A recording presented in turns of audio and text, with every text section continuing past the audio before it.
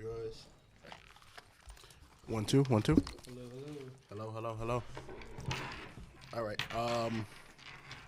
We're gonna I guess we're gonna jump right in. So. Do you want me to call right now? Yes, you can call him. All right, I'm gonna call him right now. I hope he answers. Yeah, he better answer. You got just on the phone with him.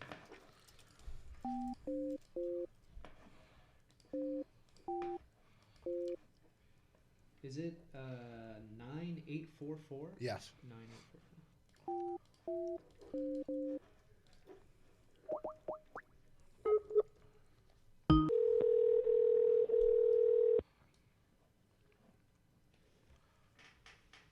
Hello? Matt.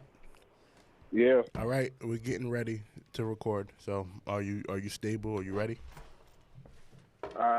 Give me like 30 seconds. We just put all this in. Because we're a little low on time. So. All right, go ahead. All right. Whenever you're ready, Mr. Engineer, sir. What's your name? Brian. Brian. So I just need 10 seconds of silence, and then I'll give you a cue to Okay. go. All right?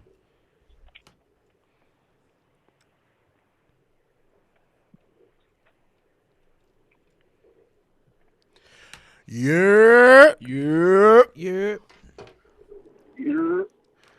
What's good, everybody? Welcome back to the Yerrr Sports Show. It is me, it's your boy, Big Baby.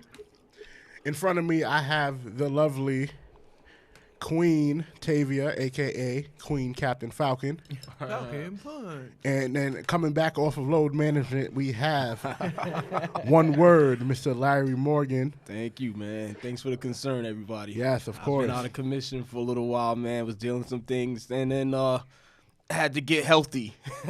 That's all that I was in matters. the hospital for a little while, so yeah, man. I'm glad you're feeling good. And Thank you. Feeling better, bro. via satellite, which you won't be able to see because we can't see him either. Via satellite, we have BK Matt. What's going on, everybody? I'm still sexy, though, so it's okay. What? So Where sexy. did Y'all that need to see me come right from? You should see Tavia's I'm just face saying. right now. I can't wait for you to see the video when you see Tavia's face. Wait, that Don't- came out of don't do- nowhere. Right, do that it came like out of that. completely nowhere. I don't know bro. where the fuck that came from. Because y'all said y'all can't see me, and it's good that y'all can't see me, but I'm saying, like, I'm still... You know No, what? I don't We need this right now. we didn't I say don't we need this. didn't even say it was good. We can't see you. I said I can't wait for you to see Tavia's face when you said that. I'm like, what? I'm just saying. Hi, Tavia. Hey, Okay, bro. cool. What's up, Matt? What's up? What's going on, Larry? Man, you had me worried like a motherfucker. I'm just saying. Aw, You good, man. though, bro? Yeah, I'm good, man. I'm good. Larry's about to go on the phone on the milk carton for sure. Facts. Facts. But then every He got time a he cell phone that he don't answer. every time we about to put him on the phone, the milk carton, bro just pop up and then they're like, oh, okay, Yeah. he's good, It's and then he like disappear senses- again. He senses, like, these people going to start looking for me. Right. Just, Yeah. Bro, we was about to pull up on, after Battle Club. We was about to pull up on to Larry House Yeah. after the last. No, was it Battle Club? Yes, after the last Battle Club show, we was about to pull up on Larry. I think. No. It was BCW when we were in Jersey. We were about to pull up on Larry. Yeah, man. I remember that. The one that was like the first weekend of the year, right? Yeah, something like yeah, a little bit after, but Damn, bro. yeah, he's definitely back. He's opening up his Bud Light. You can Yeah, hear man. it. So let's get right into it. We're not gonna sugarcoat anything today. Also, Do we ever sugarcoat anything? nah. Nah. Nah. So we're gonna get right into it. We usually start with the news, but we're gonna start with Tavia's table debate, which is also part of Matt's rant, which I'm pretty. This might be also Larry. Are you serious, bro? Moment of. Are you kidding me, bro? Moment of the week. So we're getting a few of the segments out the way with this first one. So let's get right to it. Nyla Rose. On last week's episode of AEW Dynamite, won the AEW Women's title from Rio. So before we get into the reason why we're talking about this, we can all agree that Rio not being there was just like, it's a difference when like Brock Lesnar is not there, and then there's a difference when Rio's not there. Like, Even like- if she's there, bro, it was just boring, bro. Like, it was boring. I'm sorry. She had, like 3 or 4 title defenses that I've seen. Yeah. And I think like one of them, Nyla was in. So she's just the boring champion, bro. It's just whether she's there or not. And majority of the time, she wasn't there. Yeah, and She's boring. she beat Nyla for in the inaugural women's title match too. Yeah. So, Like, yeah, it's a bit crazy. Your guys' thoughts on just the title win? Was it time to get the belt off Rio? Yeah, it was. I think so. It was. I'm a little on the fence of I know it's scripted and shit, but you know, I like to treat my pro wrestling as if it's simulated, you know, real combat. You know what I'm saying? Mm-hmm. I said this on I was on the True Hills podcast, said the same thing. And same way I would look at a man turned woman. And I love Nyla. I like Nyla Rose, man. You know, I'm a fan. But the same way I would look at a man turned woman competing in an MMA match against a woman and bashes her skull in, because that's actually happened before. Yes. Yeah. That's happened. I look at wrestling like the same way. I know you're supposed to suspend your disbelief in pro wrestling and shit, but fuck that. I'm not doing that. Fuck yeah, that. yeah. I look at wrestling as I like to look at it as if it's simulated actual combat. You know what I'm saying? I'm not for the bullshit backstage segments. Remember the horns while he drew the fucking circle tunnel on the wall and then he runs through it and Carlito tries to chase him and he bumps into the wall like some fucking cartoon bullshit, Acme bullshit. I'm not for shit like that, man. That was funny. I just remember that. You remember that shit? That was mad. Yo, that was mad. That reminded me of when they had Little People's Court too. Under the ring. Yeah. Oh my god. So I don't like the idea of you know, I know it's a touchy subject, but what do you guys feel? It is a very touchy subject. Miss Tavia, we'll start with you. Well, Nyla Rose is a woman, and she won the women's championship. So, at the end of the day, I don't think it should be any more touchy than it is. I think that it's time.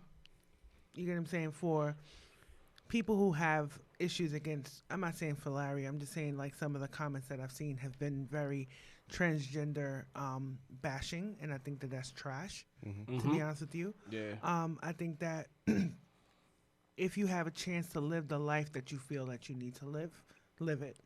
And you should live it unapologetically. And I don't think that it's fair that people are like, well, she was a man. Well, she is a woman. So. Right. Agreed. Matt, what's your thoughts? Man, honestly, I felt like one that it should have happened. So I agree with Tavy. It's about time that it's happened. It should have happened probably in the inaugural, you know, title match where Rio initially won. It should have happened then. Yeah. Because I think Nyla should have gotten it then. I'm more disappointed that it happened in fucking Texas on a Dynamite or throwaway Dynamite. Not saying that the Dynamite was bad, because it was actually a really good show from top to bottom. It was a really, really good show.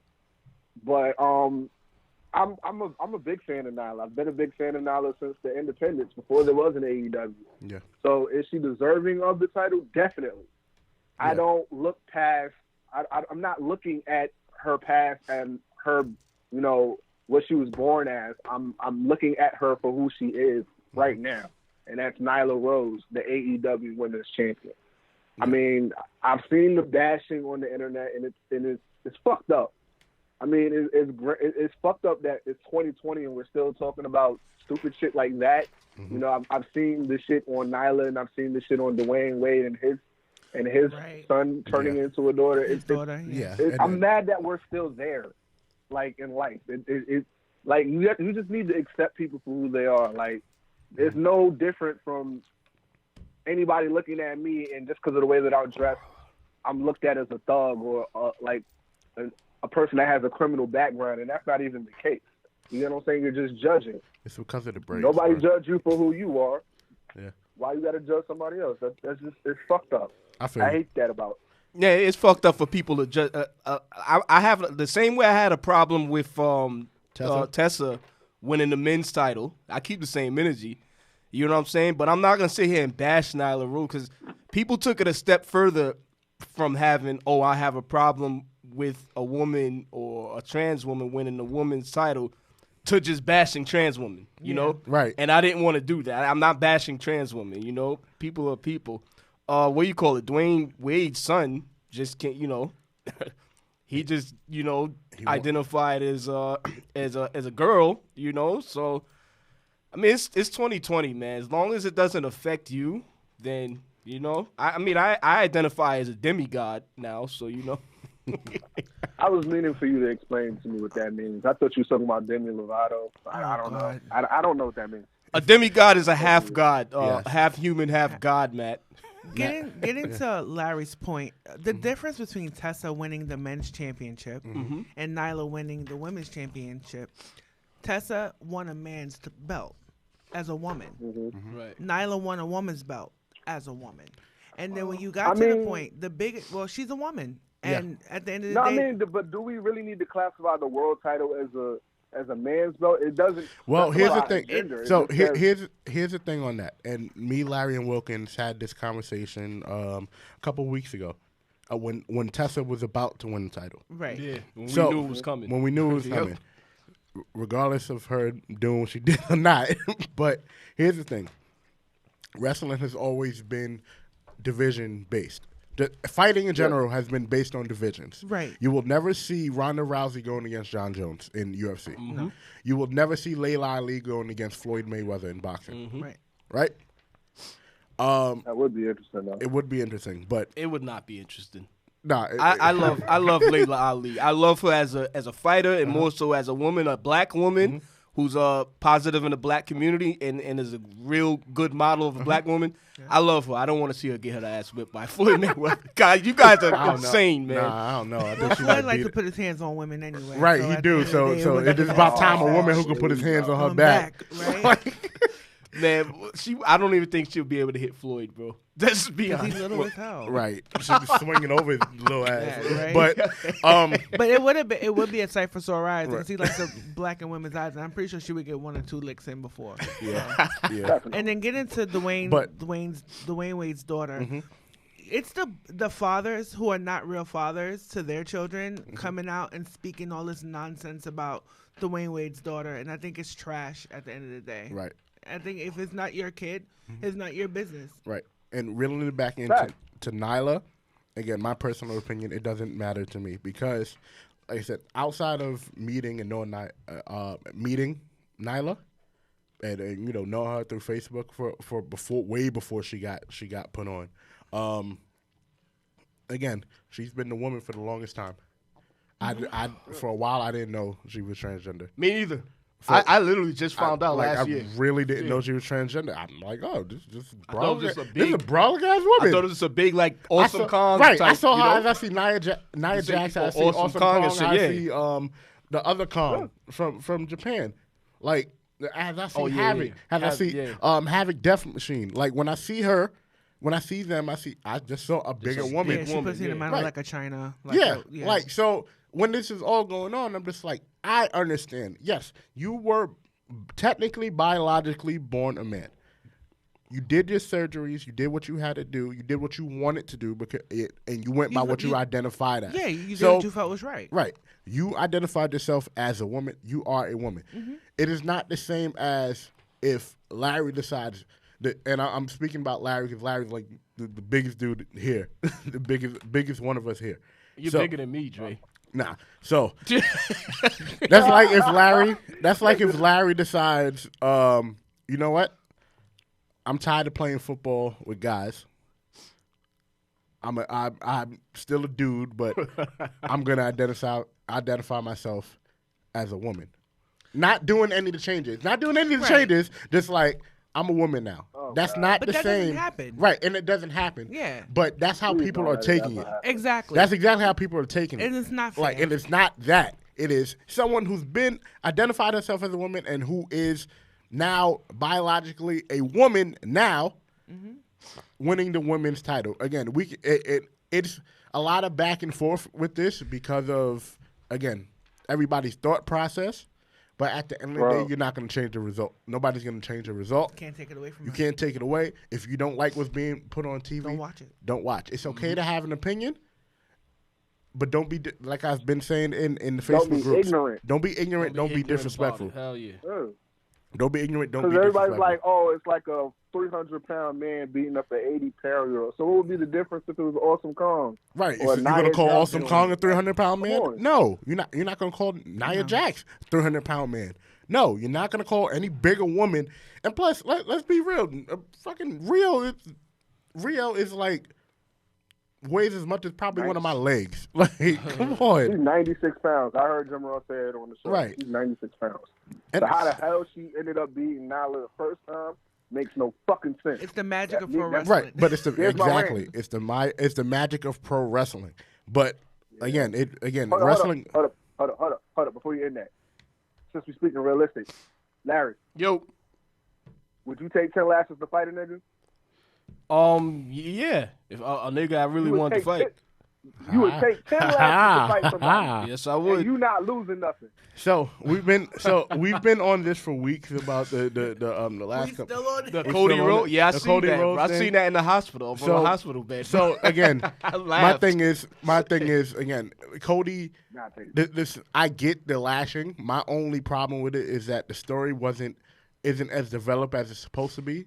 Cody needs to lose a little bit more for the lashes to make sense. But I like the fact that they even added the wrinkle into it. All I said is you probably shouldn't do that in February.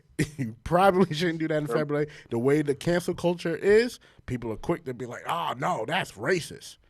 It had nothing. that shit ain't racist. Like I said, at this point in time, it had. had nothing to do with race. I don't think it was race driven at all. It wasn't race driven at all. It wasn't. It was just stupid. Right. It was dumb as shit. Right. But yes, that is Tavia's table debate. Yes, that was awesome, guys. That was awesome. Thank you so much for getting into that. So, while we're on wrestling, let's talk about Raw and SmackDown. Raw and SmackDown both had pretty good shows this week. I'm not gonna lie to you. I haven't really watched too much wrestling for the past couple of weeks, but I decided to watch Raw and SmackDown this week. And I must say, like, the stories are, and I can attribute it to being WrestleMania time because that's when the writers start to care about stuff. I know. Yeah. So, I don't like the way they did Swaggy Oates. who? My boy Swaggy Oates. Who's So how they did him? Who's Swaggy Last night. Oates? Otis.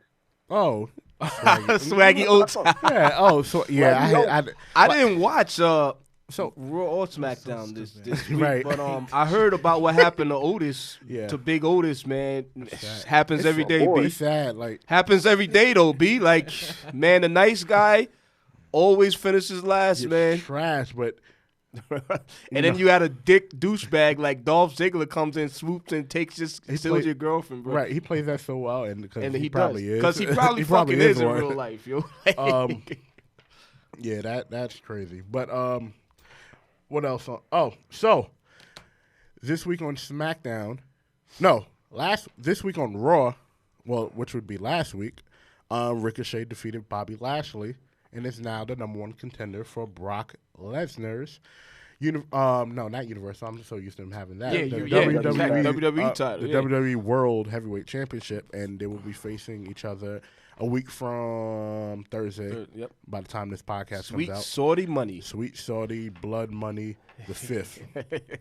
Let's not call it that. They deserve to have a fair show too. They do deserve to have a Okay. fair show. Fuck They it. deserve no. to have a show out Not there. if they got Goldberg against Bray Wyatt. They don't. No, Fuck and that. I'm gonna get into that after this, but I like the story they're trying to tell that they started from a couple weeks ago. So it looked like they were building the story up for a few weeks with Ricochet getting beat up by Brock Lesnar, then Ricochet being part of the reason Brock got eliminated at the Royal yeah. Rumble, and Brock running out Uh-huh. and running his fade, Beating the shit out. beat the shit out of Ricochet when he came back. Larry, you're a huge Brock Lesnar fan. I've come to just within the last year really understand like the whole Lesnar like thing and why this works with Lesnar. What do you think about this match coming up? I know, like to the naked eye, it probably looks like a 2-minute squash match, but That'd be. Word around the street is Paul Heyman loves Ricochet, and Paul Heyman is the head writer, the head guy on Raw. So he's gonna push Ricochet. Like 10 years ago, a guy like Ricochet, Vince would have been like, "Fuck out, what the hell is this shit?"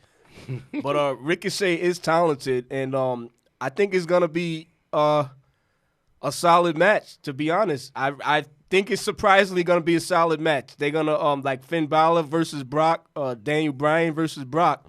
I think it's gonna be a solid match. Obviously, Brock is gonna win. We know that because he has to fight Drew Galloway at McIntyre. My bad. I still say Galloway. I still say I Galloway. always say McIntyre. I say Galloway because I saw him after he left. I'm just like, And before that, it was just like Galloway. Yeah. I'm like, So, okay, bro.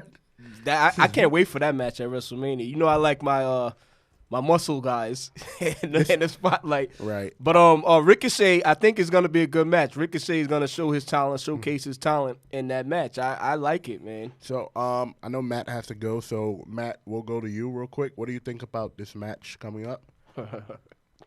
Well, it's like Larry said. I mean, hopefully I thought it would have been like a 2-minute match or 2-second match, but now that I'm really sitting there thinking about it and wrestling with it, Brock is better off fighting smaller guys like Daniel Bryan or your Finn Balor's or your AJ Styles for that matter. Like, he's just that good, and Ricochet is that good too. He's in the same ranks as them as far as athletic ability, if not probably surpassing them. So I look for it to be a good match. Brock is of course going to win. Like, this is not even a thought. I would be surprised. If it goes longer than like 10 minutes, truth be told. But Yeah, me too. it should be a good match. Yeah. Tavia? I think it's gonna be a squash match. I mean, you don't want Brock looking weak going into WrestleMania. I don't think he'll look weak though. Either way, like, you can't. You have to paint. You have to tell the bigger story, which is the Drew story. Yeah. And if Brock is struggling with Ricochet a month before That's a good WrestleMania, it kind of makes Brock look kind of whack going into the biggest show of the year. I agree with that. Real good point. I think, again, storytelling just makes complete sense. You have to give Brock somebody before WrestleMania because Should have been Lashley. it should have been Lashley, but they haven't built Lashley They up are enough. so Like afraid. they're killing Lashley right now. He's and killing himself too. that too. Boy, he's boring. I think and that was my problem with him from before. I need for y'all to be real with that. He's boring. No, bro. he's very not boring. He's good. very boring, but with the right story, he'd be right. Like, I wish, I know this didn't go too far in TNA, and that's because TNA is TNA. But if you put MVP with a Bobby Lashley, like before when the Beatdown Clan was TNA, I love the Beatdown Clan. Me too, bro. I wish that would have went King far. and Loki, I fuck with the Beatdown Clan, bro. I wish that would have went farther. We're not going to see nothing like that in WWE, but I would hope that if you put Bobby Lashley with MVP, with a mouthpiece like that, and have MVP and Paul Heyman going back and forth, you can build up a year. You can take a year and build that up. You won't even need a year to do it, but just for people to want to see it, you take a year to build it up. Right now, Lashley walking around with Lana, I'm just like, what the fuck, bro? What the hell like, is this fucking get this interracial? jungle fever shit out of here, bro. Like, Yeah, and like I said, when I say it, because we're shitting on interracial relationships because me and Tavia are both in interracial relationships. No, we're not shitting on But it. I love it, man. and- More light skinned babies. I love my baby whatever color they come out. Speaking of, I know you guys both had good Valentine's days and shit. Yep. But when this recording comes out, Tavia, you should have seen Tavia's face. when this recording comes out, my Valentine's Day, which is, well, we're recording Saturday. It's going to drop on Monday.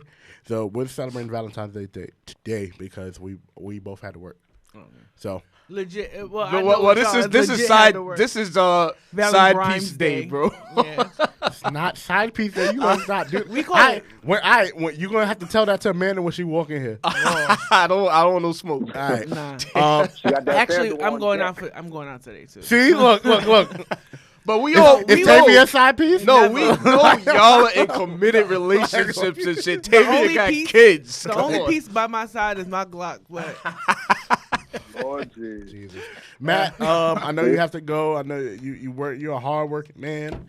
Man's this. You gotta work hard for the kids. Matt got kids. Matt got like 12 kids, bro. Oh, don't say. Whoa, Oh, wow. Do not do that. 3. Wow. I know.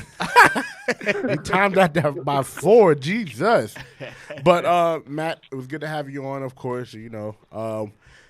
When you get back, hopefully the next week we are recording, we have all 4 of us, so we can really just act wild the fuck out on there. Oh hell yeah. Facts. I'll be there next week. All right, cool. Matt, say bye to everybody.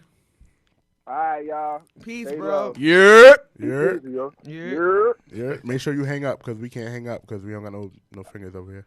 All right.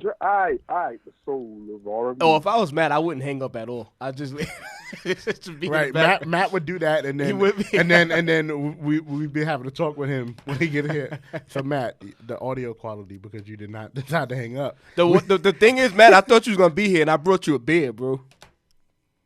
Well, damn. I bought mad beers like Can 2 I episodes let me get ago. his beer? I got you, Let me man. get his beer.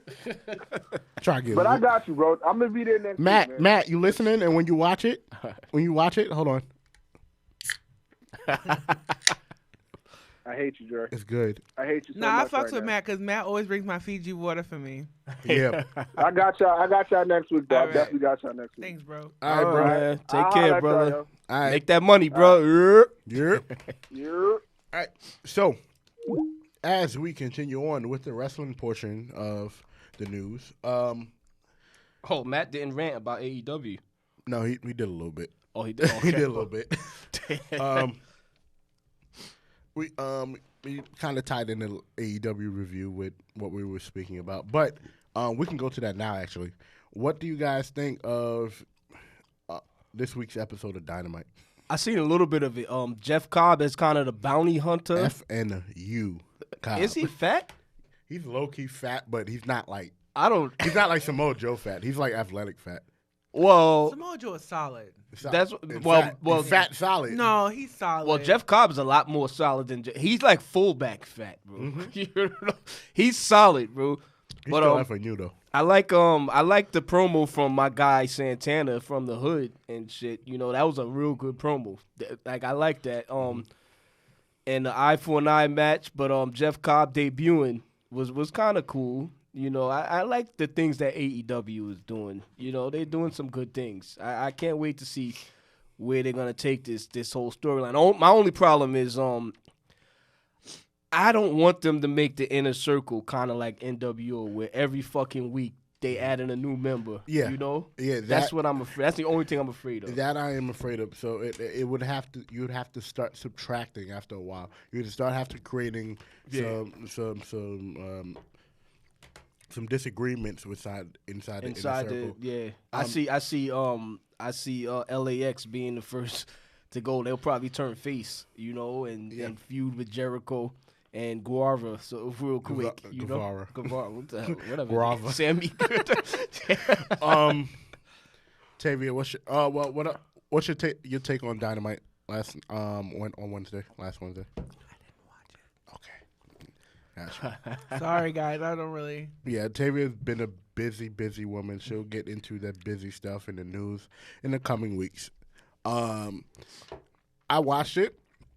I liked it a lot. I'm starting to first of all, the Mox and the Jericho story is great because you have a lot of storytelling there.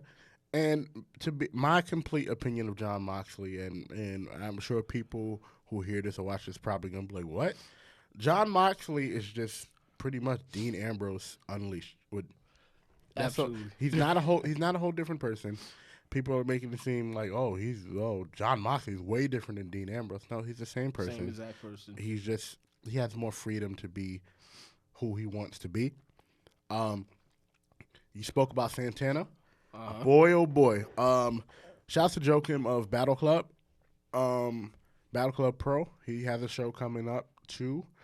We'll get into that towards the end. But Joakim had a conversation with a few of us, and he was saying that Santana is probably going to be the star. Like, he's going to be the breakout star.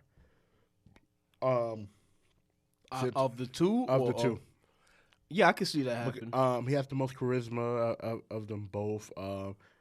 And I would. He seems very he looks really like he looks ready for TV in the modern era, not in this era, not so much like that past eras where you needed to be big and stacked. Yeah, no, Right now he has a look.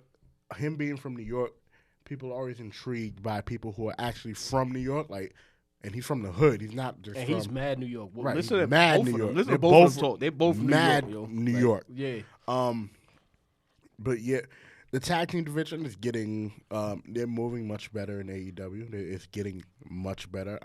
I'll be excited to see who's going to be the leader of the Dark Order coming up too. I'm thinking it's Christopher Daniels still. I'm hearing Matt Hardy. Yeah, I heard Matt Hardy too. Yeah, AEW Dynamite was pretty solid this week. Christopher Daniels. There was a rumor 20 years ago, or 20 plus. He was years supposed to be the higher power. The higher power. Oh Yeah, boy, but he's too small. Yeah. Bruce Pritchard actually wanted that, but Vince was like, "What who the hell is this motherfucker?" You know. Right. And then it was like, "Yo, why would the Undertaker be taking orders from this small looking motherfucker?" You know. Right. So that's what Vince was. You know. It worked now. It would work now. Sure. It definitely work now. So, but that's why I say there's certain wrestlers that were either born 20 years too early or 20 years too late. Yeah. I agree with that. I agree. There's certain wrestlers that they're just in the wrong era. Like in certain the Great Khali in the 80s, he'd have been the shit. He'd have been he'd have held the title for 90s. 10 years. Yeah. Really? Yeah. Even in the early 90s, Right. he would have been. Yeah, I mean, he would have been the shit because he's basically. Andre the Giant is better than him, Yes. especially in the ring, ring wise.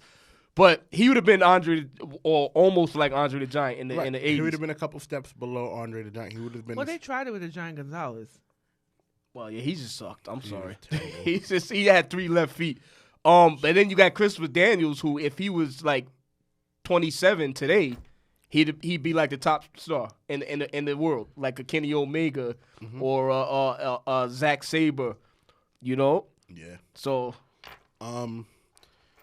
as we move on from AEW, NXT Takeover Portland is this. Well, tomorrow. it would be yesterday. Yeah. We're gonna have we're giving out our predictions now, but we'll also give out our predictions on after the year, right after we record this. So stay tuned for that. Well, tune into that. You'll see it on the Your Sports Show Instagram and Facebook page. yes, sir. But the matches we have for the NXT, for Takeover Portland is Dakota Kai versus Tegan Knox in a street fight. The NXT Tag Team Championship match, the Undisputed Era versus the Broserweights, which consist of Matt Riddle and Pete Dunne. And if you've been watching their little skits online, it's hilarious. They're great together. Finn Balor versus Johnny Gargano in a really heated grudge match. I cannot wait to see that. Rhea Ripley versus Bianca Belair. I'm going to put an asterisk next to that match because we're going to go right back into that match. And Adam Cole versus Tommaso Ciampa for... You skipped one, bro. Like your doppelganger, Keith Lee. Oh, I did. Oh, no, you can't say that no more. A man will run around beating people. Oh, this is twice. This is 2 strikes against me with a man. I don't want no smoke. So, but Keith Lee versus Dominic... Y'all do look like y'all could be cousins Jockey- or family members or something. Yo, I seen a picture with him and Mia Yim. I was like, yo, he looks exactly like Drake right here. Yo. Like family. Yeah, we can be family. Yeah. We can be family. But Keith Lee versus Dominic Dijakovic. I tried to say it. I fucked You that got up. it pretty good. No, you said it good. For the North American title. They've fought each other 100 times, but this is one of the matches I don't mind seeing more than 100 times. Yeah, exactly. Because they're really good They're really together, good, yeah. and they're going to steal. They may steal TakeOver. But as I said, Adam Cole and Tommaso Ciampa for the NXT Championship. Now, the NXT Women's Championship, we'll go back to it. Rhea Ripley versus Bianca Belair. So there's a lot of stakes going on in this match. I'm pretty sure from what I've been hearing, the winner will probably face Charlotte at WrestleMania. It's looking like it's going to be Rhea Ripley because they're trying to push Rhea Ripley really hard. Mm-hmm. But I believe the majority wants it to be Bianca Belair. If you take a look from last year to this year and her growth as a performer and her ability to get over with the crowd is just amazing. She shined in the Royal She Rumble. she really shined in the Royal She Rumble. was the Iron Woman Right. of the Royal Rumble. So, yeah. But here's the problem that I have with us probably wanting her to be pushed too soon. The issue with that is we saw her on the big stage at the Royal Rumble. She's been riding that momentum. What is she going to do after that if she doesn't win? Does she go all the way back to the bottom? Or is she in that higher tier of I'm almost, I'm going to keep pushing, and get it? Because this would be her third championship match loss. Mm-hmm. And from what I believe personally, I think she might be buried in the shuffle if she loses this third NXT title match. Not necessarily to me, because at the end of the day, it's not always about wins and losses, especially when you're a developing talent. Is that what I like about Bianca Belair is that her stock is definitely rising. Right. The match that people do want to see is Rhea versus Charlotte for the most part. Right. More than Bianca versus Charlotte or Bianca.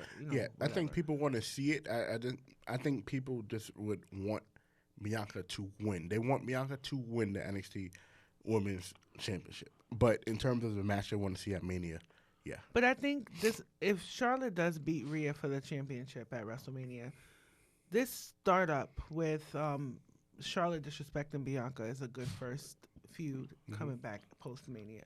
So I think so. I think there's seeds planted there for something in the long run. But then it comes down to it. Do you beat Rhea Ripley at WrestleMania if you're trying to build her up? I love Charlotte to death. This is probably one of the matches I'm going to be like, no, you need to. If you're trying to build up the next crop of talent to come out of NXT eventually, or to transition from NXT to SmackDown or Raw, you kind of need Rhea Ripley to get this win because then you can always have that feud down the line. But is the goal still having NXT talent going to Raw or SmackDown? Because NXT is not even considered developmental anymore. You get what I'm saying? It's its own third brand. So I think that Rhea being on the main stage of WrestleMania is still a good nod for NXT talent who are not on the grandest stage of WrestleMania. So whether she wins or if she loses, I feel like her just being in that conversation with Charlotte, who is still the face, to me, one of the faces of the women's division, like Raw or SmackDown. So it doesn't take anything away from Rhea to me if she loses at WrestleMania. I got you. What you think, Larry? I think it's gonna be Rhea Ripley, cause they I don't want to say strapping a rocket to her back, but they seem to be Got a little firecracker on it. a little sparkler, a little Roman candle, Right, a little Roman candle. but I like the chemistry that Bianca Belair and Charlotte had at the Rumble. You know, I actually would love to see that. So I wouldn't mind for it to go either way. I think I would like more Bianca Belair, but I think they're gonna go Rhea Ripley with this one. So I got Rhea winning this one. And as far as Bianca being buried after this, I don't know. Some people I don't want to say get lost in the sauce, but yeah, this will be her third title loss, but I don't think she'll go too far down. I don't know. Yeah. Now, here's the thing about that also. We spoke about Charlotte potentially winning at WrestleMania. Yeah. And that would be a good first feud for Charlotte and Bianca, right? Mm-hmm. Does Bianca lose again in that one? No. I don't think she loses again because Triple H likes her, from what I hear. Yeah. I'm hearing Triple H is Her in love Vince with her. likes her too. So Yeah. No, she's shown Yeah. bright at the Royal Rumble more than anything that she had done before. And I Yeah. think that her stock is rising, and it'd be smart to still have her. Like, Sasha was known as, like, the next to Charlotte. Sasha was always losing to Charlotte, but she Right. found her own lane, I feel. Yeah. And, I agree with you on that. I just, like I said, Bianca's a great talent. I just, and before people say, "Oh, it's a black thing," no, it's not a black thing. It's a wrestling thing. Mm-hmm. You see a talent, you want them to succeed. You just, like I said, you don't want to see them under the ashes, under the rubble of what could have been. But as we move forward, let's talk a little football. Let's talk a little football. I want to, but I don't want to today. No. Because my Guardians is looking ass right now. Yeah, yeah. I'm following the score right now. What is the score now at The this current score time? is it's 27-0. Defenders, the DC Defenders are stomping our asses. So 27-0, man. So the games that are going on this week, and again on Monday I will drop an after the year for these games that happen. But this week's week 2 matchups, of course, the Yerrr Sports Show matchup of the week are the New York Guardians versus the DC Defenders,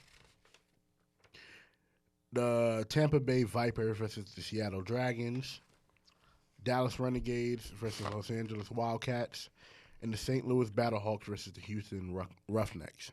Now, what I noticed in week 1, and before we get to the good, bad, and the ugly, week 1, especially the defenders, I saw what New York did to the team they played, but you should have, if anybody watched, I'm sure we all watched, but the DC defenders look better on defense than the New York Guardians. Yeah, on first week, yep.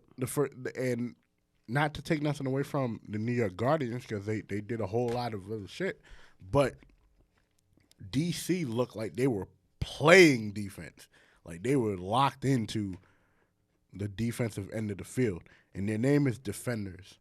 Like, you can't be the DC Defenders and not be great on defense.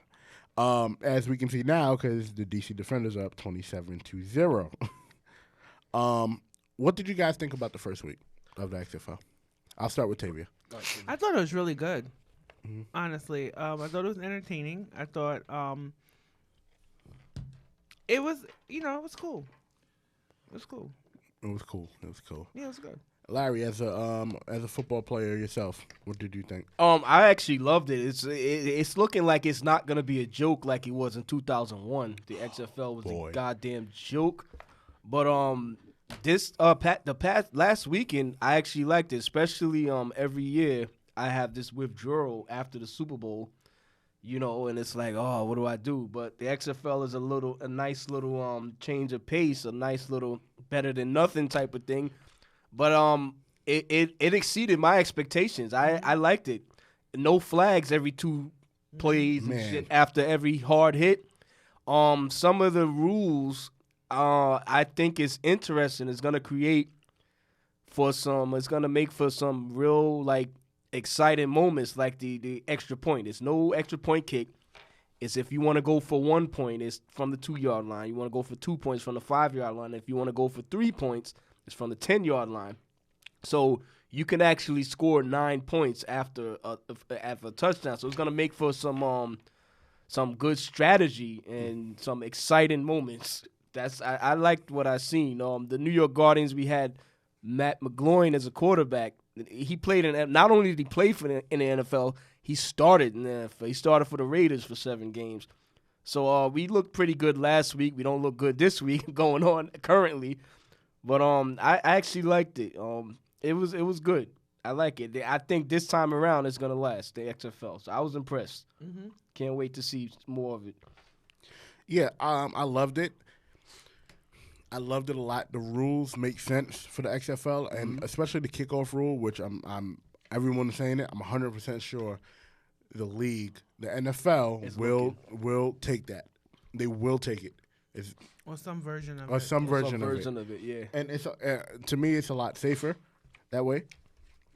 The way they're doing it because you don't have 11 people, 12 people including the kicker. Just running right into it. No, it's 11 still. 11. I'm Yeah, sorry. 11 people running head 30 first miles per into each hour other. into each other. Like it's insane. That was fun though. Playing kickoff in college and high school. That was fun. Just playing. So I played. Like I said, I didn't play in like real like crazy like head to head like helmets football, but we had little street leagues. So instead of kickoffs, we had throw offs. So our quarterback would throw down the block and then we run. So it's still it's good to have that. Like it kind of reminds me of like playing like in the street XFL without with the professional rules. The camera angles are fire as usual. My only knock on everything. There was this one ESPN reporter, the lady, I forgot her name. Like they were doing the celebration, and she's all up in their face with the mic, like trying to get the interview. I'm like, man, we gotta let them celebrate first. Let them get to the sideline after they score, and that's growing pains. I get that, but that was the only thing I was just like. He scored a touchdown. Hey, but the good part bitch, about get it my face. is when somebody misses a somebody misses a play or throws an interception or something, you want to know exactly how they what happened. Bro, they the first thing. Oh, damn, you threw an interception. Yeah, I like that. How you feel about that? How you feel about that? I'm at the first. I think somebody dropped the F-bomb for the first week too. But imagine you just threw an interception and someone's like, "Hey, how do you feel about that?" Bitch, what do you think I feel about it? Fuck out my face. I'm mad. I'm And mad. I think it's got to be in their contract that they have to talk to these motherfuckers. Right. They were even talking to the coach in the fourth quarter. A normal coach gonna be, yo, get the fuck out of my face. I have a game to win right now. But the coach actually sat there and talked to us. I'm like, this got to be a clause in all their contracts. Or this got to be a interaction. week one thing. It got to be a week 1, 2, 3 thing. Yeah. Because as you get on to the week, I believe it's 10 weeks, right? Yeah, it's 10 weeks. It's 10 weeks. It's 10 weeks, then the playoffs. And then the playoffs. And then the top 4 teams. Right. And then, from the East and the West. And then the winner of the East and the winner of the West plays in the championship. Right. It's going to be in Houston. So it's about 12 weeks. Yeah. 12 About 13 12, weeks. Week 4 and 5 going forward. And week 8 as well. You're not going to see...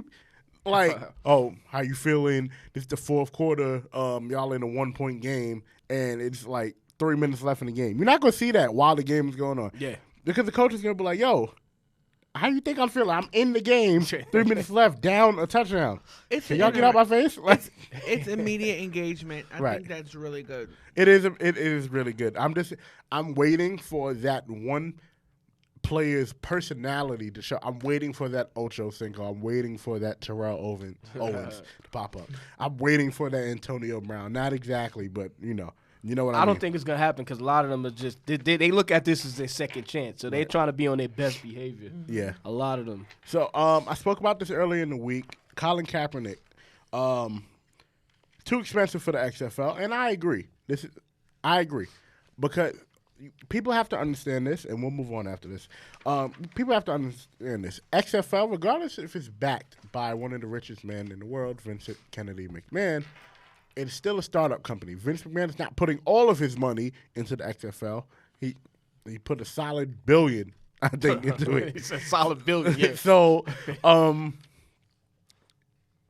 with just giving away how much $1 million that he would want, and he's, to be honest, I'm not shitting on bro, but he's not worth the money coming out of now.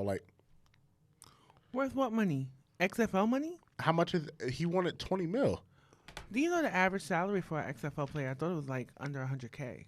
So imagine what other guys would have thought. Right. You know what I'm saying? More. He than wanted $20 million. He wanted a couple million. I'm just like, no.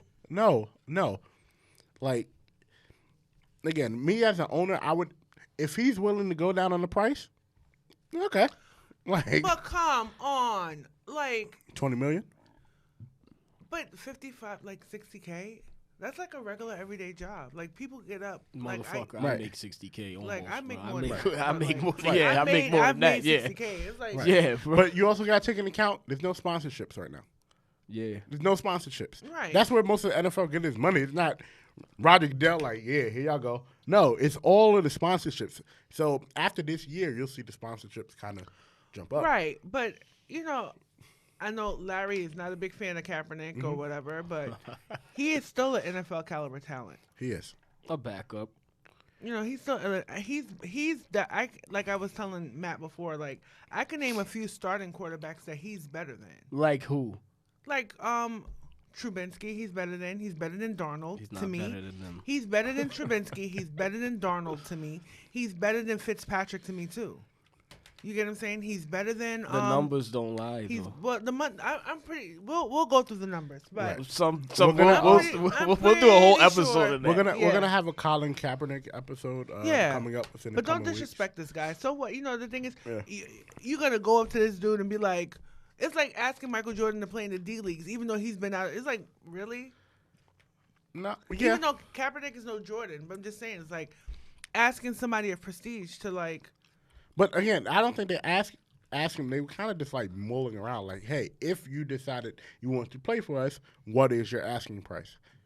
I'm not, like I said, if I'm them, I'm not going crazy. I'm not going broke because who knows what can happen with the XFL. Vince is pretty good with his money, but Yeah. who knows what can happen? I just think that the XFL is a really good football alternative, Mm-hmm. and it doesn't need the distractions with everything, with all of the politics and stuff that Right. has gone on in the NFL. So Right. So I think that would follow Colin Kaepernick into it. it's gonna follow him for the rest Right. of his life. It's going to follow for the rest of his life. unfortunately. But again, does Vince and does Oliver what is his last Oliver name? Luck. Oliver Andrew Luck. Luck's father. Yeah. Yeah. I knew the name sounded familiar when I spoke about it, but when Yeah. Oliver Luck, does He Oliver, played in the NFL too. He played for the Oilers back in the 70s. He actually backed up Peyton's dad. yeah, I was about to Archie say that. I'm Manning. like, yo, I think he backed up Yeah. Archie. Like, He backed up But, Archie. so- like, what was I saying? Does Oliver Luck, do they want to deal with that? And the answer at the moment is no. You're a startup company. You don't want anybody being like, oh, they got this shit here too. Now I'm out. You don't want it. You want to get as many fans as you can. I'm not saying like bullshit the fans, but you want to set a culture.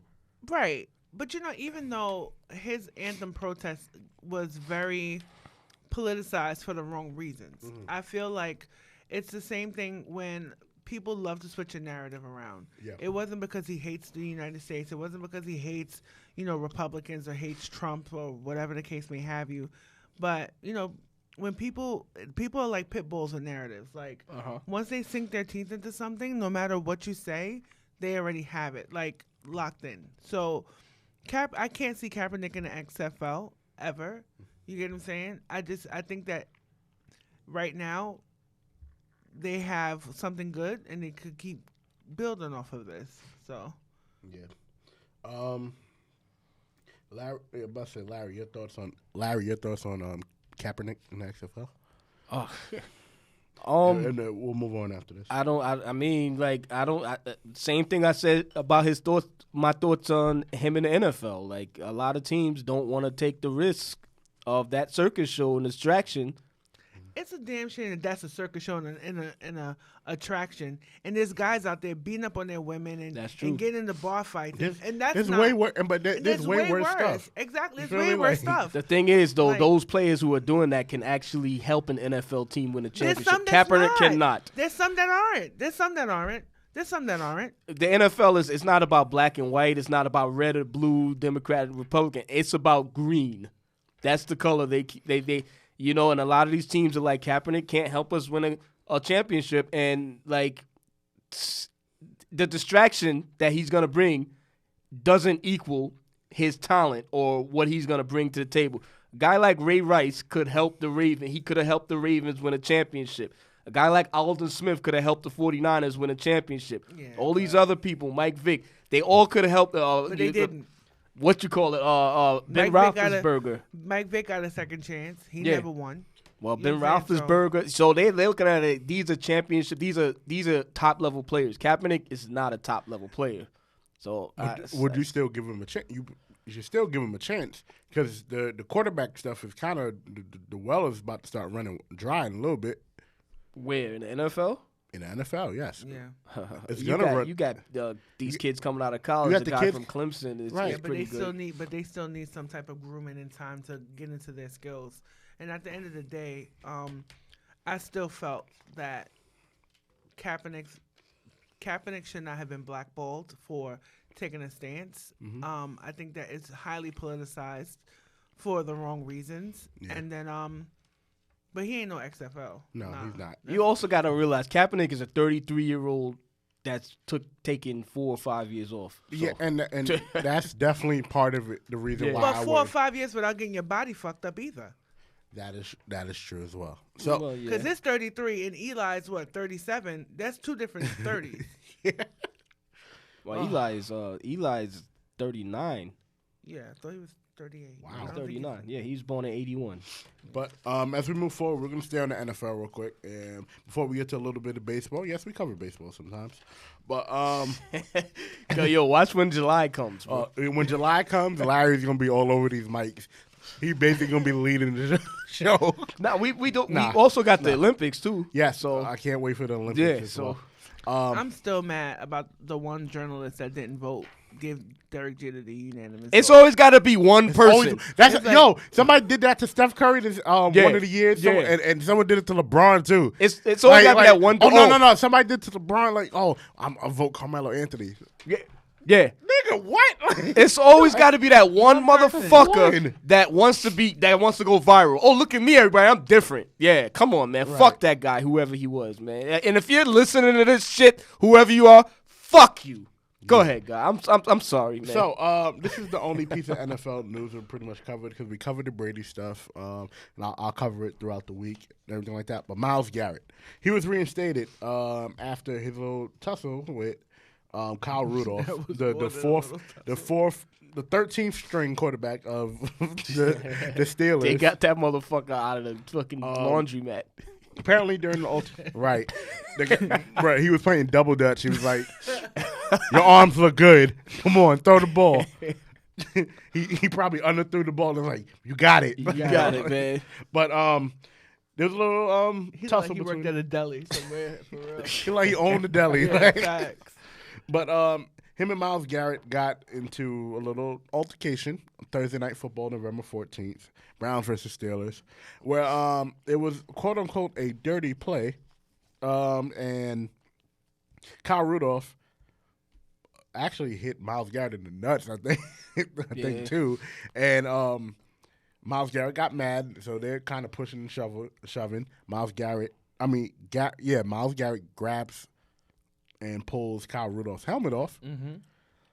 And apparently, Rudolph called him a stupid nigga, and Garrett swung the helmet at him. But he said that from that day. That's Right. what he was. He that's said what that he from said. that day. And Yeah, it he's was been just- pretty consistent. That Right. was Yeah, his story hasn't changed. Right. And he hit him with the bottom of the helmet. He Right. could have could've- cracked him with the What? with the top.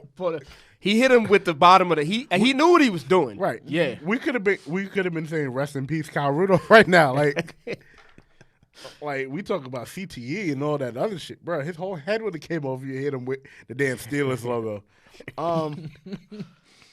And it's been the conflicting stories coming out. Even Mike Tomlin just came out and said that he believes his quarterback is 13th string quarterback. That the type of person he is, he wouldn't say it.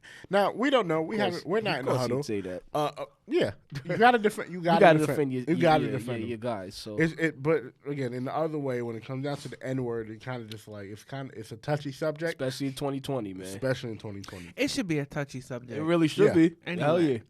If you can get mad at somebody, and you can come up with 1,000,000 different insults before you have to come with the N word. I If you're agree. using the N word, that means that's That's off the a top of your cop-out. man. Yeah. Yeah, that's off the top of your head, and you are some type of racist because A little bit. Yeah, I can gotta be. see a white person and I can think of 5 or 6 or 1,000 things before I think to call them something about their Right. race. Right. But what do you think about him getting reinstated? Because he was originally out. Yeah. Like he was out. Like, Yeah. It was like nah. I And think then- it's fair. And then he think it's fair, appealed. too. He appealed, and he got back Give in. him a chance because Rudolph should have gotten if what happened is what really happened. What he said, Rudolph could have got his ass really whooped out there. But I think it's fair. Give him a chance. Yeah, and the NFL said there was no, no evidence that Kyle Rudolph said it. But his name is Kyle or Mason Rudolph. Mason Rudolph. Mason Rudolph. Yeah. Why I have Kyle Rudolph on here? That's the tight end from Yeah. Sorry, tight end guys. from- Mason Rudolph. tight end from Minnesota. Botchamania. Yeah, so Mason Rudolph. But honestly, like I said, I'm glad he's having a chance. Yeah, give Me him a too. I chance. think it's fair. It is fair. Again, as long as nothing crazy happens like that again, because if it's a 2-for-2, now if it happens again, it's like, all right, bro, like what's up? Get your shit life together, together. like, like don't be a Vontez perfect, like He's a good person though. yeah. Miles Garrett is a real good person. Yeah. So he had to be I don't think triggered. he's I gonna- feel like he was triggered Yeah, in some way. I don't think He he's has to gonna, be triggered He'll because- be in his best behavior. Maybe Rudolph said Nakers. Then he needs to You be stupid he needs to be nigger. fired. That's he a needs to be good one. fired if he said Maybe he Nate. called him a That's more That's a good one. that's more disrespectful than saying the actual word. You said nakers. You need to get the fuck out. But Because with the helmet on, you don't know what the, maybe You he know said what the fuck they nigger. say. maybe Because they got a helmet and a mouthpiece Right. in too. So nigger. Yeah, Oh, nigger. he said niggers. Get him. Like You like, oh, he said nigga. And I don't like to say that word Right. at all. So right. So we continue on. We'll jump into some MLB real quick, which is also Larry's. Are you kidding me, bro? Moment of the week. It got to be all of ours. Are you kidding me, bro? Moment of the week. yeah, So They let's really talk shit because the literally bed that's the this time. only stupid shit that happened this week in Right, sports, bro. right. It's the To dumbest be- shit that To happened. be honest, let's start with this. Carlos Beltran involvement in the Astros sign stealing controversy. Basically, it's not too much to say.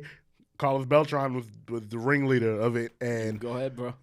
Yeah, I'm it not. was nothing. It was nothing more to it. He was I'm the not ringleader of interrupting it, and there was a player. I believe their catcher. What was the name at the time? One of their players told him, "Hey, can we stop?" And Beltran was like, "Nah." So you can physically see, and one of the Astros fans pointed it out, that Carlos Beltran was getting most of the signal, the signs, the trash can signals that they were doing. And that particular player who was like, "No, I don't want to do this," was getting very minuscule. It's crazy to think that these players are riding out for Carlos Beltran. Carlos Beltran about to leave, and this young player is like, "No, we probably shouldn't do this." And they're like, "Nah, fuck out of here. We're gonna do it anyway." You got two rings off of that. Stupid. And little Jose got a fucking MVP. He stole from Aaron Judge. Little bitty Jose. Yeah.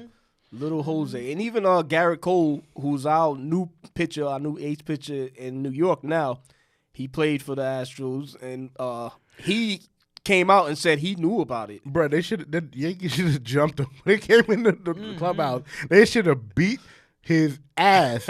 Like, oh, you was down? All right. That's why he came straight out. Nobody even asked about it. He was came like, straight "No, out. I He was like- part of it. I was part of it. He said, "No, I didn't agree with it. Fuck it, I didn't agree with it, but I didn't want. I can't say anything." That's pretty much his motto about his mo. So, Imagine you walked to the clubhouse. that's your man's in him. That was That's your your man's man's? in him, bro. Oh, word. A word? All right, we got something for you. You see all the bats. Like, why we don't got no bats inside the equipment room? You see all the bats inside everybody's little cubby. Like, except, why everybody got a bat except me? Yo, they really shit the bed with this though. Shit the whole bed. Yeah, they shit the bed with this one. So we're just gonna get into we're gonna talk about rule changes. I don't think anybody really wants to hear that. No, actually, we're gonna talk about it. Yeah, we're gonna be consistent. So, the new rule changes, new pitcher restrictions. First and foremost, pitchers must now face a minimum of 3 batters or complete the half inning in question before being removed from the game. Allowances are made for players who are injured while in the game. This new rule will largely do away with 1 and 2 batter relief appearances. Will be in force of the March 12th spring training schedule. Makes sense. It does make sense. Makes I sense. actually always thought it should be that way because they were getting away with abusing their rotation privileges. Let's just put it that way. So I like this rule. New roster rules. Each team's active roster will expand from 25 to 26 spots in the 2020 season, and teams may now carry no more than 13 pitchers on the active roster at any given time. On September 1st of each season, all teams will be required to carry 28 players with no more than 14 pitchers through the end of the regular season, including any tie-breaking games. Roster changes. It is what it is. Happens. Right. The IL and option period, meaning the injured list and option period. Clubs may not reinstate pitchers or two-way players from the injured list until 15 days have elapsed from the date of the initial roster move, which is an increase from 10 days under the prior rule. Also, the option period for pitchers will be lengthened from 10 days to 15 days. So basically, if a player gets injured, you put them on an injury reserve list, you have to wait 15 days before you change your status, which makes sense. Yeah. Miracles happen, but miracles don't happen that often. So, and only on 34th Street. Right. Manager challenge time limit. Under the old rules, managers had 30 seconds to decide whether to challenge a call on the field. Now that time limit has been reduced to 20 seconds. That's not fair. This is the rule change that had not been previously reported. So, I don't think it's fair either because you need time to pretty much think. 20 seconds is not enough time to really go through your mind and the scenario. The replay don't even play. Right. In 20 seconds. 30 it takes 30 seconds for the damn replay to go up. And that's what they're trying to eliminate because a lot of people think it's an unfair advantage. Like, you didn't see what happened in real time. And then a lot of coaches look at the replay and, okay, now a lot of leagues are trying to eliminate that. They're like, yo, you're going to go off of what you've seen in real time. Right. It's kind of like it's an extra advantage when you're sitting there watching the replay and you're like, okay, yeah, they fucked up. Let's challenge that. But they want to eliminate that, and, you're just going to go off of what you've seen in real time. Yeah, I think I like it. I agree with it. I like it. I like it, but it can only work in baseball. It can't work actually, it's like that in football as well, in a way, because you can't really look at the replay and then throw your challenge flag because by the time you look at the replay, they already hiked the ball. They're already snapping the ball. And then a lot of times in football and in baseball, they go by the crowd's reaction too. Right. If you hear, that's bullshit. Yeah. You're like, okay, let me see what happened. Let's see what's happening. Well, 20 seconds ain't enough time. No. It's not enough 30 time. seconds. 30 seconds is cool. It's standard. It's standard, but if you're like I said, you shouldn't wait for the replay. I get that. You shouldn't wait for the replay because technically you're supposed to be going off. You're supposed to be paying attention. Right. You can't be like this. All right, everything's good. You look up and hear, that's bullshit. And you look at the replay and then you want to challenge. No. Go by your gut. Mm-hmm. Be a man. Be a woman. Go by your gut. It smells like beer and baby powder in here, y'all. Sorry. I'm sorry about the beer. I think you're probably wearing baby powder. No, I'm not wearing baby powder, but I smell Big baby! I smell good from my hot date. Oh, man. Shout out to Amanda, man. Yeah, you trying to get back in the good graces, huh?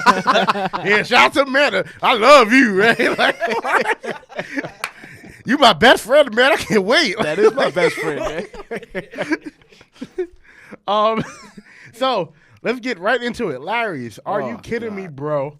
Moment of the week. I can't wait until we have a little soundbite of him. Are you kidding me, bro? Because that would make this so much better. Mm-hmm. So, Larry, the floor is yours. I'm gonna try to stay calm. Well, you have 2 minutes to stay calm, so get it popping. All right. So earlier this week, the Houston Astros issued a half-ass fucking apology. Now, here's a problem about that. A lot of times, we as fans or anybody in real life, if somebody apologizes, we beg for an apology, whatever. Mm-hmm. We don't get to now judge the apology, especially now that you know it. The apology would never be good enough, especially if you're a L.A. Dodgers or New York Yankees fan. You know what I'm saying? But that being said, fuck the Houston Astros apology because clearly Alice Crane and Bregman and Little Jose and Josh Riddick, they clearly were reading off of a teleprompter. All right, Bregman's fucking apology is the equivalent of, you know how when you fucking double space when you're writing a paper, so you know to make it look like it's more. Yeah. Fuck his apology, man. These motherfuckers sat there and they basically, and then Crane is sitting there like, oh, but it didn't affect the outcomes of the game. So you're apologizing, but then saying, oh, but we didn't do anything wrong. Justifying it. That's like when you're your significant other, you know, your girlfriend, your boyfriend, they did something, they apologize, but their apology is, but I didn't do anything wrong though. So what the fuck? What are you apologizing? What the hell are you apologizing for? That's like saying, yo, I'm sorry for you being a bitch. Like, yeah, it's like, and then they don't fucking lose anything from it. Fucking Little Jose should give his 2017 MVP away. Reggie Bush got his fucking Heisman taken away because his fucking parents sent him money. I played college football. We are broke. Fuck. And he got his Heisman taken away. How the fuck do you keep Little Jose? Fuck. And you get a little. He doesn't take his MVP with it. They leave him with his MVP. So basically, the moral of this story is, it was worth it. They did all this and got nothing taken away. Well, okay, they fired the manager, whatever. But don't take away prestige. They got nothing taken away. So the moral of this fucking story is, hey, we're the Houston Astros, and this shit was worth it. Fuck the Houston Astros, man. That's my are you kidding me fucking moment of the. Scared the shit out of you. God damn it, son. You gotta be fucking kidding me with that apology. And in the MLB, you got Pete Rose, who betted on games that didn't have any outcome of any of the games. He is banned for life. He can't even get into the Hall of Fame. But yet you don't give these motherfuckers any fucking punishment? Yeah. That punishment is a fucking slap on the wrist. That's what happened is, hey, Astros, give me your wrist. Ruler, bop. That's it. Mm-hmm. Fuck that, man. Not even that, though. Not even a slap on the wrist, really. Yeah, exactly. No. So basically the moral story is, we did that and it was worth it. Fuck it. And that is Larry Morgan's. Are you I'm kidding sorry, I probably me, went bro? over a little over 2 minutes. No, it's fine because it was funny as shit, actually. Oh, that is shit. A-okay. That's perfect. So, yeah, their apologies was shit. You listen to the players. Everybody knows. When everybody can agree on one thing, everybody in sports can agree on one thing, that's how you know it was shit. Yeah. Like, I was watching. I looked at it, I was like. I looked at it, I knew we were going to talk about it, so I looked at it like 2 days ago. Like, when it happened, it was 2 days ago, right? Yeah. I'm looking, I'm just like, bro, these niggas serious? Like, are you for real? Man, like, ESPN, Scott Van Pelt, off the record, everybody just agreed. Yo, yeah, like, it's better. Scott Van Pelt. Scott Van Pelt's face is like, what? What the fuck is? Come on, this? guys. Like, Even Red Sox fans were like, yo, what the fuck? And when you got Red Sox fans agreeing with Yankee fans, that's how you know you guys are full of shit. Yeah. right. Oh, God, man. I'm sorry, man. No. No, it's all good. We echo your we sentiments. definitely echo your sentiments. So, let's get into some NBA news before we wrap things up. Oh, absolutely. All-Star Weekend, brother. Yes. By the time this is heard, again, All-Star Weekend would have been done. But before we get into All-Star Weekend, let's get into this Rockets thing. This Houston Rockets thing. They like little men. Bruh. Small man ball, bro. So their average lineup size is 6'6", right? Mm-hmm. Robert Covington is currently their power forward, who is 6'7". P.J. Tucker is 6'5" or 6'6". That is their center. I play a lot of 2K, so this looks like 2K to me. They're basically running a 5-out offense to where Russ or James Harden will have the ball most of the time, and they'll be running around playing isolation ball, playing 4 corners basically. ISO basketball. Will that work in the playoffs? No. Well, maybe the first round. But Mike D'Antoni, Anthony did because he don't play no defense. D'Antoni. Mike No D'Antoni. I called him that when he Yeah, was on the Knicks. When he yeah. was a No, coach that's why on I the call him Knicks. An Anthony He's because there's no D. He's known throughout the past 14, 15 years. Forever.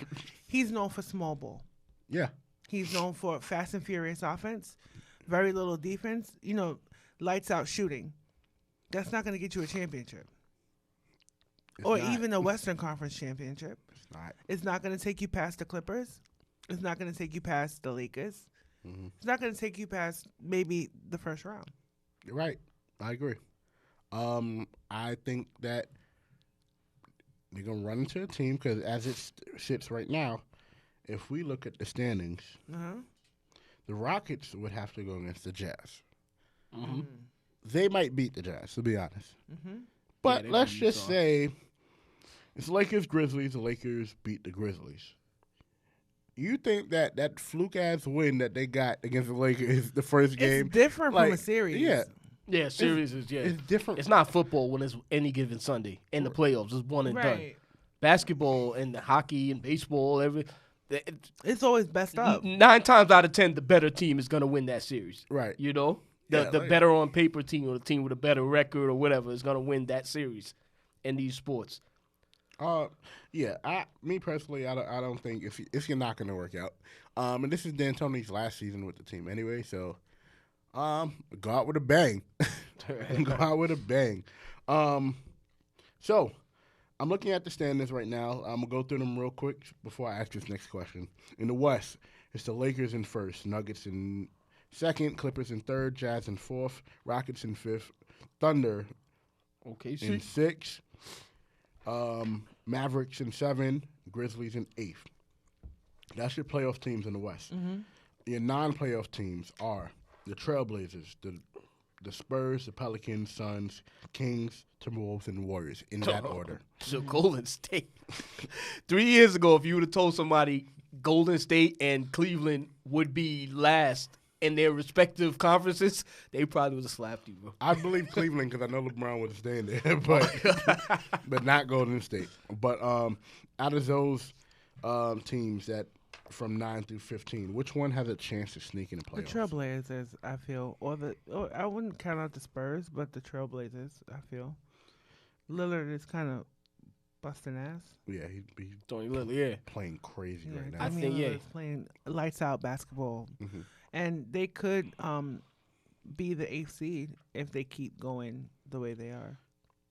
What do you think, Larry? I agree with the Trailblazers as well, but I'm also gonna say Pelicans. They got a lot of That's a good young one. talent over there. They got a lot of young guys over there that can, Zion is a beast. He's gonna be something moving forward. So yeah, I think so. Pelicans.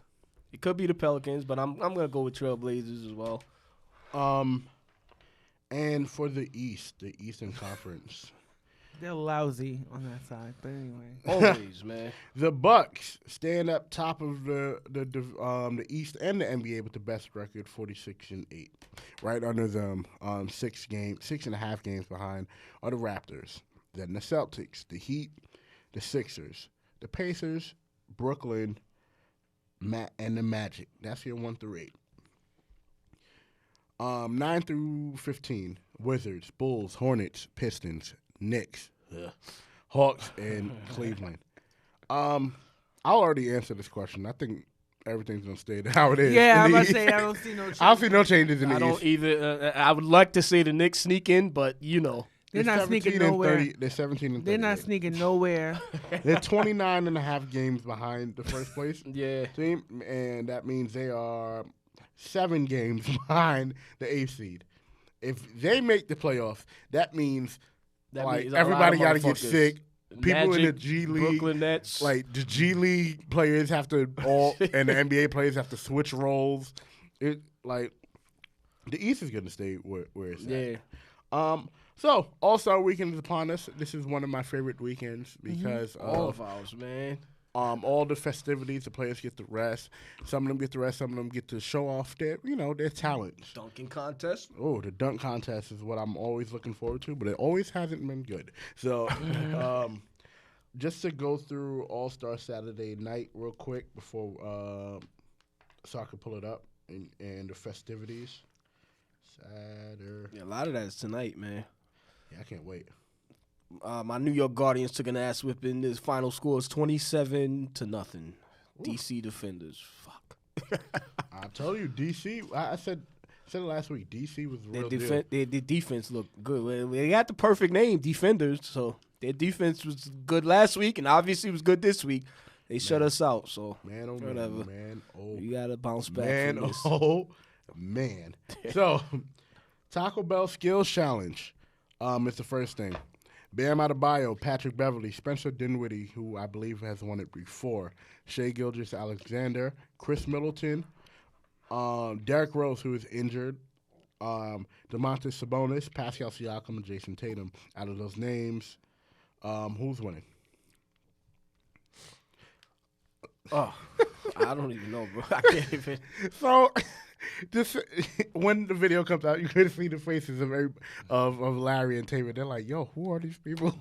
No, I know who they are. Well, I know Spencer but personally. we Yeah, know I who worked they with him are, in the but I past. mean, like, Out of them, I think Spencer takes it. I didn't know who was in the dunking. I wasn't I'm gonna paying get. attention. No, I'm gonna get to the dunk contest and the 3-point contest right Oh, after. yeah. But yeah, I No think, one ever really cared about the special kills. Yeah, yeah. challenge. I liked it though when LeBron and them was in it. But Yeah, I had no idea who was in the skills challenge or the dunking. I have no idea who was you doing like, anything. What? So the 3-point contest. Davis Bertans of the Washington Wizards, Devin Booker of the Phoenix Suns, Devontae Graham of Charlotte, who's having a crazy season, Joe Harris of the Brooklyn Nets, He who I really believe is. he won it. He's defending his title. Buddy Hield of Sacramento, shooting lights out. Zach LaVine, who's been shooting pretty well, of the All-Star hosting the host city, Chicago Bulls. Duncan Robinson, who's been shooting lights out in Miami, and Ice Trey Young of Atlanta, who wins this 3-point contest. And this is a 3-point contest, right? Yeah, Oh, man. Trae Young. Ice Trey. I'm going to go with Devontae Graham. Yeah, that's a good pick too. I'm going to go with Devontae Graham, man. He's been having a good season, like you said. He's been having a hell of a season. He's been shooting a lot, really lights out from deep, and surprisingly, he just needed the opportunity. Like that's the craziest part about the NBA. Like you just need an opportunity to just go crazy, and he's got it. But I'm gonna. They're in the playoffs right now, right? Charlotte, right? I the believe Hornets, so. right? I'll double check. But I think Joe Harris Well, is if the gonna. playoffs started today. That's a good point. I think Joe Harris is gonna take it again. I think he. No, they're not. They're 10th. They're 11th. Sorry, they're out of. Shoot, yeah. depending on the East, you never know. But Nah, we already. we already established nobody going They anywhere. stayed- No, I thought Charlotte was. I thought they were like 9th on the outside looking in. I think Joe Harris takes it again. Okay. So we already went through the All-Star game in general. Team LeBron's probably gonna win. I think so. Obviously. But the dunk contest, Pat Connaughton of Milwaukee, which is a dark horse because not too many people know how much bounce he has. Aaron Gordon, who got hold out of the dunk contest with Zach LaVine, I ain't gonna hold you, of the Orlando Magic. Dwight Howard of the Los Angeles Lakers, which is a surprise to many. And Derrick Jones Jr. of Miami, who is the favorite to win. Out of those four, who do you guys think is going to win? Derrick Jones. Jerry Jones. I think Aaron Gordon is out for blood, so I'm going to go with Aaron Gordon Okay. this time. Okay, that's a good But I think Derrick Jones and Aaron Gordon is going to be in the finals. For sure. For sure. And if they're not, the dunk contest is trash, bro. So, in our last segment, our last question of the day, who would be your all-time starting five in the All-Star game? We'll start with Tavia. Okay, so as point guard, I was John Stockton or even Steve Nash, but John Stockton for my point guard. I will go Jordan for shooting guard, LeBron for small forward, Barkley for power forward, and Hakeem Olajuwon for my center. I like your list. That's great. Thank you. I like it a lot. There's a lot of defense on that There is. list. A lot of There's a lot of defense and defense. rebounding Defense on wins that list. A lot of defense, man. A lot of defense and rebounding on the list. Yeah, like that. defense wins championship. And a lot of playmaking. Like you have your perimeter defense with Stockton and Jordan, of course. James could be interchangeable between small between small and power yeah. forward. Barkley, he wasn't the best interior defender, but a lot of rebounding in the paint, especially. Right. Good rebound. And Elijah one, probably one of the greatest paint defenders we've seen outside of Bill Russell. Larry. All right, my backcourt, I'm gonna go with Magic and Jordan at that's a point good one. and shooting. Small forward, obviously LeBron. I'm gonna go with KG at power forward. And That's my favorite. That for people who know me, KG is probably my favorite power forward ever. Like I know there's Really? Yeah. Mine is Oakley. like that's the Knicks in you, the Oakley. I feel you. that's the Knicks in her. I feel you. But yeah, KG's been my favorite power forward ever. KG is He the made man. like again. I'm only 5'9", but when I was playing ball because I'm wide, power forward. Yeah, I was playing power forward. Yeah, when I played ball, I was forward. I like the power forward position in 2K. I love the power you forward. just play at power forward. Yeah, I love power forward. But continue on. Go ahead. Center, I'm gonna go with Shaq, and then my sixth man is rest in peace Kobe Bryant. Oh yeah. Coming off the For bench, sure, my for sixth sure. man at guard, right behind Jordan as shooting guard. So Yeah. Oh man. Who's your sixth man? Oh shit! I didn't even think of one. Yeah, I just threw a six. He man, did, he man. threw one out. I but had if to you- do it for yeah, Kobe. You Bro. gotta do it for Kobe. Yeah. Allen Iverson.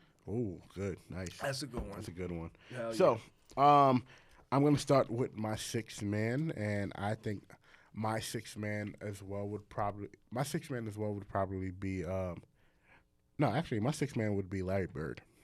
Okay. My point guard, Magic Johnson off the rip. My two guard, Michael Jordan. My three is Larry. I'm sorry. My three is LeBron. I said Larry. What I said? Yeah, Larry's three the is sixth man. LeBron. Bro. Yeah, I'm sorry, bro. My power forward is Tim Duncan. I thought you was gonna go big KG, bro. fundamental. Man, motherfucker. I'm trying to win. What are you talking about? I'm trying to win. And Well, my Duncan was the right system right. though. and my five would be Akeem Olajuwon. Right. Yeah, a lot of defense in that lineup as well. With Jordan and Magic, who was a pretty good defender on the low. Not too many people thought about that. On the perimeter with Jordan, LeBron James again interchangeable between he can help in the paint and he can play on the perimeter. Tim Duncan, one of the greatest interior defenders as well. Oh yeah. And Akeem Olajuwon, again, one of the greatest interior defenders as well. So, and a lot of That's a good scoring. list, bro. That's a real good list. It's a lot of scoring in that one as well. I don't have too much three-point shooting in my starting lineup. But, again, defense wins championships, and we can run out on the break. And it depends on what LeBron we get. If we get Miami LeBron, lights out. Getting Cleveland LeBron, then Lights on. We're still lights out. Come on, guys. He carried a from the whole. three. I'm talking about the 3-point line. We're talking about 3-point shooting. Okay, because he carried a No, whole team on his We know back. that. We know that. Don't let Matt. Matt would jump on that. Like, I wish No, we, bro. no, LeBron. I wish we had Matt on for this segment. Right, because LeBron, he'd be like, not LeBron. Like he would have said KD or something like that, and I would have understood why. I get it. KD's not a bad pick either. So as we wrap this up, this was a really good episode. I love this. I can't wait, man, for it to drop, man. Y'all gonna love this, Y'all man. definitely gonna love this. Y'all gonna love this. So, some house cleaning stuff real quick. Shout outs to the Jobber Tears Network, Cats and sir. Dogs, Big Four, the returning Toxic Talk. We'll have more information on that soon. And Inside the Indies with Janelle from HR. They have an episode coming up as well. And the Jobber Tears podcast, as well as us, your friendly neighborhood, the Yerrr Sports Show. Yep. Shout out to Jabba Tiz, man. Yeah, we doing big things this year, bro. Big things. Trust me, man. Just jump on the bandwagon when on. you can. Come on. Why you come still on. can? Because Jabba Tiz, we doing big things this year. Trust We me, definitely man. are. So, with some of the big things coming up, we have our AEW viewing party at Playwright on 35th Street on February 29th. Elimination Chamber viewing party at Legends Bar March 8th. Jackets and Belts brunch at Taj Lounge, March 22nd. I can't wait because I'm hungry now. I can't wait for that brunch. Faye Jackson's Gray Pants Battle Royal. Something for the ladies. 4th. That is, we're help sponsoring the event, and Janelle from HR will be on. Yeah, that's what I said. Something for the ladies. Well, no. I'm not like. Yo, that came out mad pervy. It's like, She said it's amazing.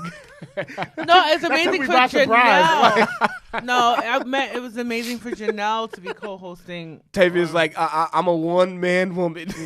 That's right. But she go to that battle royal. Let me know it. But yeah, we're helping sponsoring Faye's a good friend of the Job Tears Network. Yep. We Shout love out Faye. to her, man. Faye We love Faye Jackson. Yes, Faye is the best. WrestleMania 36 viewing party at Legends Bar, April 5th. Janelle will be in Tampa. Yeah, some of us are gonna be in Tampa. I think Tavia, you're gonna be in Tampa as well. Yeah, some of us are gonna be Larry, in Tampa. Larry may be in Tampa. He may make a last minute like I did in New entry, Orleans. like he did in New Orleans, make it epic. So you never know. But I'll be here with Wilkins and Black and everybody else who's gonna be in New York. We're going to be holding it down here at Legends Bar. Battle Club Pro WCW 2, April 2nd. I'm sorry, April 8th. Yeah. Tripping. April 8th. Shout out to Battle Club Pro. That's going to be in Brooklyn, right? Yes, that's it's going to be in right? Brooklyn. Yeah. It's going to be in Brooklyn. It's going to be. Shout out to Battle Club Pro. That's a friend of the podcast. Yes, Joaquin Morales. He is yeah. the best. He Hell yeah. Probably one of the best promoters, if not the best promoter in the New York City and Northeast area. I'm especially proud of how far Joaquin's come. That's been a friend of mine before he was a promoter. So I'm especially, we used to talk about wrestling all the time 10, 15 years ago. Yeah. And that's been a friend of mine, a good friend, good guy, and I'm proud of what he's doing, man. I'm right. wholeheartedly proud of it. Right. Joakim definitely, he's always been a friend of the podcast. He's always looked out with dropping so much knowledge that he's given me the past years and for a while since I've known him. So shout outs to him. Right. And our main event. Also, I'm sorry, the main event of Battle Club Pro's WCW 2 event is Tasha Steelz versus Diamante. That's gonna be for good. The Battle Club Pros Icons Championship. Nice. That's a good match. Jobber Slam. Oh, July 4th. July 4th. Jobber Slam. That's a Saturday too, man. It is a Saturday. That's good. So we're still deciding the time. Once we get the time, we'll drop it. But Battle Club Pro is our partner in that show. We have a whole big show planned for you guys. Some of the matches will be coming out soon. Some more of the matches, but our main event match. They said we couldn't do it. They said we couldn't have two black women as a main event, a wrestling show. Fuck it. We have Tasha Steelz and Big Swole. Yep. Main eventing our show. They said they couldn't do it, but we're gonna do it. We fucked around and did it, man. Of course, because that's what we do. We trendsetters. We make history. Trendsetters, man. Another match that's been announced: Simon Miller of What Culture versus our very own Sir Wilkins of the Jobber Tears podcast. We cannot wait for that, man. Cannot wait for that. That's gonna be a great match. A lot of clashing styles, but not so much a clashing styles or personalities. It's Jobber Tears versus What Culture. I'm actually gonna be training with Wilkins leading up to that for the 2-3 months leading up to that. I'm gonna actually be training with Wilkins for that. That's dope. And so, we're gonna have some video footage of that too. Hell yeah, man. Funny. not so much Wilkins chasing chickens and shit, but you never know. We'll keep an eye on that. Other than that, that is a wrap for the Yerrr Sports Show. Tavia, tell everybody where they can find you on socials. Oh, all right. Well, I didn't know we was doing that. You can find me on Instagram at Tavia Regina, as well as Facebook at Tavia Regina. I don't really give out my Twitter, but no, you don't have to go. Twitter's all good. Larry, you can find me on Facebook at Simply Larry Morgan. One word. No, it's not. It's not Facebook. on Facebook. It's 2 words on Facebook with 1 word in real life. Instagram, the Modern Day Magi. You can follow me there. Hope to see you. Thank you guys for all the support. Yep. And you can follow myself at underscore it's big baby on Instagram. I had to change it because stuff. I'm not trying to get beat. Stuff. Nah, I'm playing. No, I had to change it. It was time for a change. But follow me at Enough underscore. is enough, and it's time for a change. If I knew you was gonna say that, I probably would put that at the end of this. but yeah, follow me again. Underscore at it's big baby on Instagram. Dre Robertson on Facebook. Follow us as a whole at Yerrr Sports Show, one whole word on Instagram. Follow us on the Facebook on our group page. Our like page, first of all, at Yerrr Sports Show, and then our group page, Yerrr Sports Show group page. So, for the Queen, Tavia Regina. Yerrr. Falcon Punch.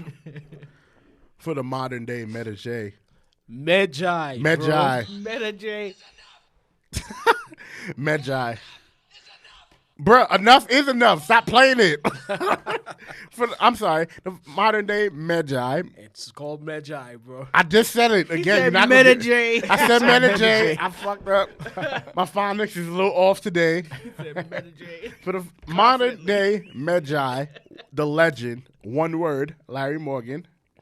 Yes, sir. It is me, your boy, Big Baby.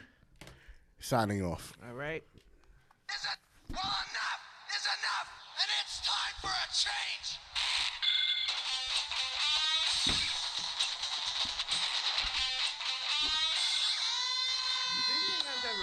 Nah, hold on.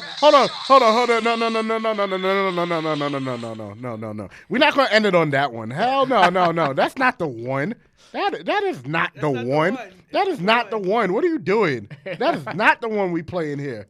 That is not the one. It is Black History Month. What are you doing? Go ahead, man. Nation of domination. Well, enough is enough, and it's time for a change. I love it, man.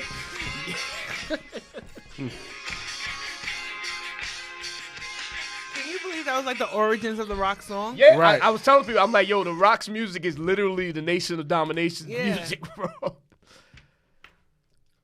Love you guys, man. Yeah. That was a good one. That felt